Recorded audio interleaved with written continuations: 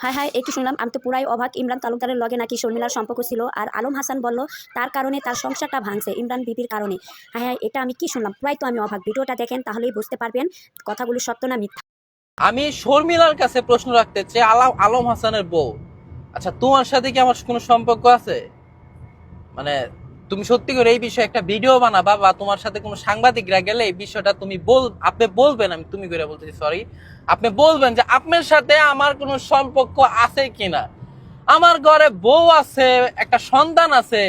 আপনার জামাই আলম হাসান ও বিভিন্ন সাংবাদিকদের কাছে হয়তো হচ্ছে নিউজ কভারেজ অনেকে করেছে, কিন্তু তারা বলতেছে যে ভাই আমি কথাটা কেটে হচ্ছে নিউজটা ছাড়বো। কিন্তু আপনি কি নিয়ে তারা এই আলোচনা করতেছে যে আপনার জন্য নাকি আলম হাসানের সংসার ভেঙে গেছে। এখন বিষয় হচ্ছে কোন দিক থেকে ভাই? কোনো এভিডেন্স, কোনো স্টেটমেন্ট বা তোমার বউয়ের সাথে আমি কোনোদিন কথা বলছি? আর হ্যাঁ, তোমার বউ একদিন ফোন দেয়া 20 থেকে 25 মিনিট আমার ওয়াইফের সাথে কথা বলছে আমার ফেসবুক আইডি থেকে। তো ওই থেকে তুমি সন্দেহ করছো যে তোমার ওয়াইফ হচ্ছে আমার সাথে কথা বলে, এটা হচ্ছে প্রেম, তার সাথে নাকি আমার প্রেম। কিন্তু কথা বলছে সুমাইয়ের সাথে। হ্যাঁ, তুমি ওর সাথে কি কি করছো, কি হয়েছে না হয়েছে এগুলা বলছে। কিন্তু তোমার বউ এটা কখনোই বলে নাই যে হচ্ছে তার আগে আগে বিয়ে হয়েছে, আগে সন্তান আছে, এগুলো আমরা জানতাম না। কিন্তু বলছে যে তুমি তাকে অনেক অনেক কিছু করো, তাকে নিয়ে সংসার করবা না, তুমি অনেক মেয়েদের সাথে কথা বলো, এগুলো তোমার ওয়াইফই বলছে। ইভেন এই এই এই এই হিস্ট্রিটা তুমি দেখার পরে যখন দেখছো, এই মনে হয় আর বেশিও থাকতে পারে, 40 minute 30 minute, I have no idea, আমার হচ্ছে মনে নাই। তো বিষয় হচ্ছে তুমি এইটা নিয়ে আমাকে বিভিন্ন ভাবে ক্লেম করতেছো যে তোমার সংসার আমি ভাঙছি, তোমার বউ আমি নিয়ে আইছি।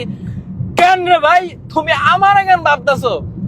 তোমার বউ কি খুব বিশ্ব সুন্দরী হয়ে গেছে গা?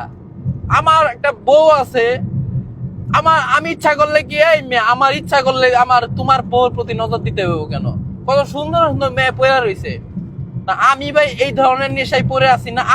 আমি চেষ্টা করি কোন জায়গা থেকে 2টা টাকা ইনকাম করা যাবে, আমি হচ্ছে ওই চেষ্টায় থাকি, আমি বিজনেসের চেষ্টা থাকি। তুমিও তো একজন কন্টেন্ট ক্রিয়েটর, কয়টা কন্টেন্ট ক্রিয়েটর বিজনেস দিতে পারছে তুমি দেখাও।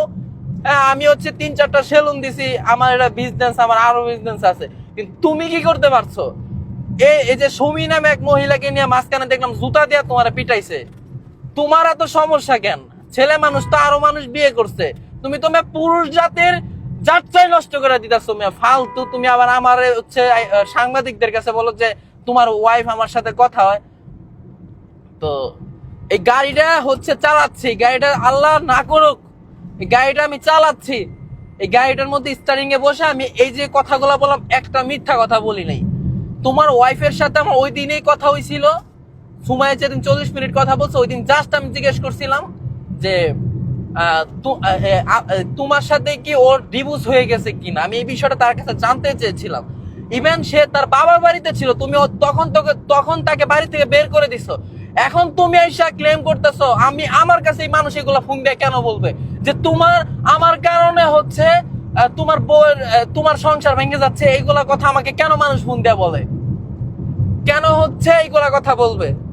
তো বেশি কন্টেন্ট ক্রিয়েটর, কন্টেন্ট জগৎ ছাইরা দিমু, কিন্তু তুমি কেমনে কন্টেন্ট ক্রিয়েট করো এটা আমার দেখার আছে। তুমি তো ফেসবুক পেজ চালাবা, আর ফেসবুকে পেজ তুমি চালাবা, এটা মনে রেখো। আর আমার পেজ না চালাইলে আমি ইমরান তালুকদার চলতে পারবো? আল্লাহ তাআলা এতটুকু আমাকে করে দিছে।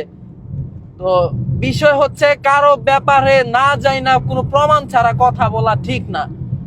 বারবার বলতেছি তুমি শিক্ষিত একটা লোক, তুমি তো আরেক মানে মানে কি বলবো ঠকবাজ, তুমি জনগণকে জাতিকে ঠকবাজ করে গেছো। তুমি দর্শকদেরকে কি বলছো যে তোমার এক পুলিশ মেয়ের সাথে তোমার বিয়ে হয়েছে, তোমার বিয়ের মনে 3টা হয়েছে, এটা নিয়ে 3টা আরো হইতে পারে, আমরা পাবলিকরা জানি 3টা হয়েছে।